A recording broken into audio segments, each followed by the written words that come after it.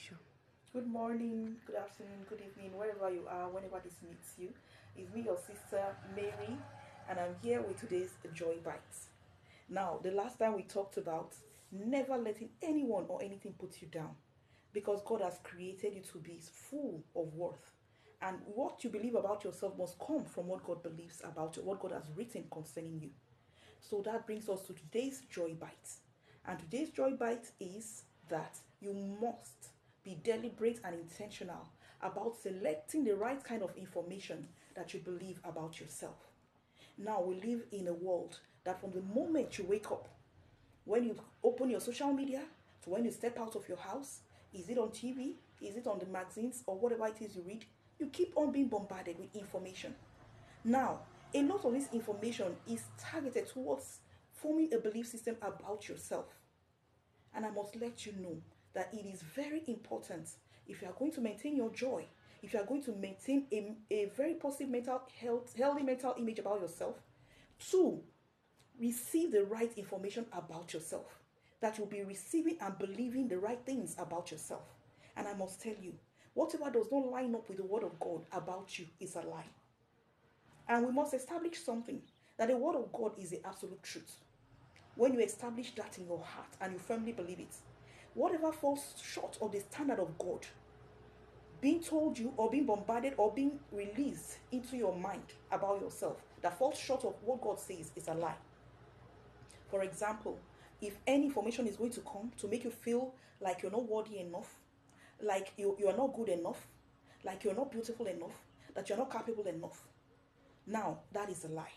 And if you keep on feeding yourself with such things, such images, the image that will be formed in you will be something that is totally not what God intended for you to be in the beginning. Sometimes we form these images from things that we've heard. Sometimes it's even in our subconscious because right from our past, maybe even our youth or our young age, authority figures told us things about ourselves that were negative. Have you been told that you are not good enough, that you don't have enough value? Or maybe a situation, an abuse or something has made you form a self image that is totally dragging you down. It's time to discard the old. It's time to discard those lies.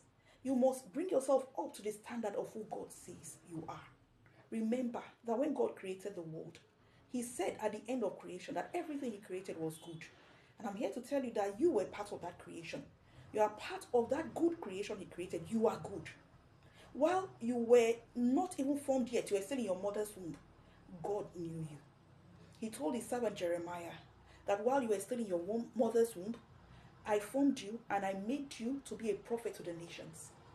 Another part of the word of God in the book of Psalms tells us that we are fearfully and wonderfully made. How excellent are your works, O God, and that our soul knows right well. You are fearfully and wonderfully made. If you keep on hearing voices that tell you that you are not good enough, remember that even before you had done anything, before you had done anything good or bad, while you were still in your mother's womb, God knew you and He loved you. You are lovable. You are created by a God who does not do any mistake, does not carry out any mistake, nor does He do anything wrong. You are not a mistake. It doesn't matter the circumstances you were born into or where you find yourself now. I am here to tell you that God has never made a mistake. Remember that you are His workmanship. You might look at yourself and say, look, you don't know where I am or you don't know what I've done.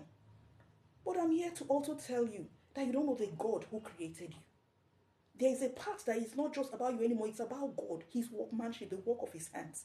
Are you going to say that God's workmanship is faulty? No. There are things that might have happened along the line, but that does not change who God is or who He says you are. And you must firmly lay hold of what He has said concerning you. Now, I want you to know something. The value of anything is a price that is paid for it. If I come, to you with a bag or with two bags and I say, okay, this one costs maybe 100 naira and this one costs 10,000 naira, of course you will know that the bag that costs 10,000 naira is more valuable. Now, I want you to now relate it to yourself. When you were lost, what was the price God was willing to pay for you? He was willing to pay the price of His only begotten Son, who suffered a cruel death on the cross just to regain you. That is your price. Now, when the angels fell, even when Lucifer fell, he didn't pay that price for him, but he was willing to pay that price for you. Do you know that if you were the only person on earth, God would still have come in the form of Jesus to save you? You are so precious. It's time to believe God and to stop believing the lies of the devil. It's time to come back to what God says you are. It's time to begin to get your sense of self-image from whom he says you are. You are precious. You are worth the life of Jesus Christ. You are worth everything to him. And you are valuable.